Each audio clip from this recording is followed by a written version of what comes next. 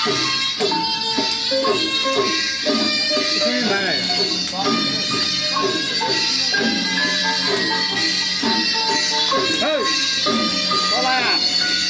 နေ့တော့ကိုမင်းဝမ်းသွားမယ်သွားပြီးမှဦးနိုင်ဝမ်းကို9နဲ့လောက်ကျန်9နဲ့15လောက်ကျန်ဦးနိုင်ဝမ်းသွားအောင်လို့ပြောစီရင်ဆွဲထားတာကျွန်တော်မသိဘူးခုနကတရားကန်သွားမယ်ပဲဘုံကြောင့်ပိတ်တယ်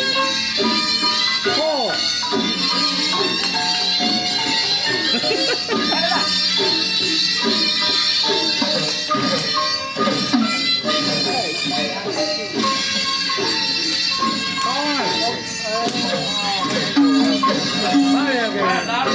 ညနေ7ရင်းတလုံးကောင်းခွဲတယ်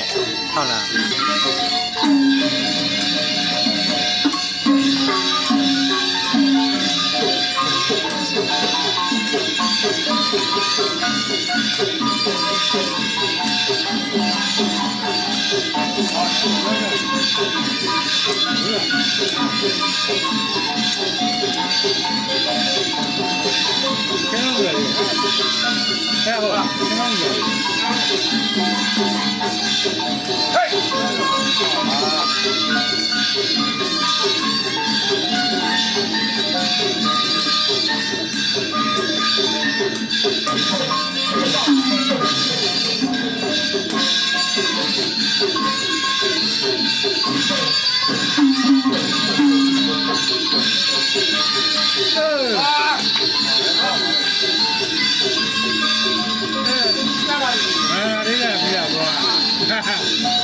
လွယ်ဦး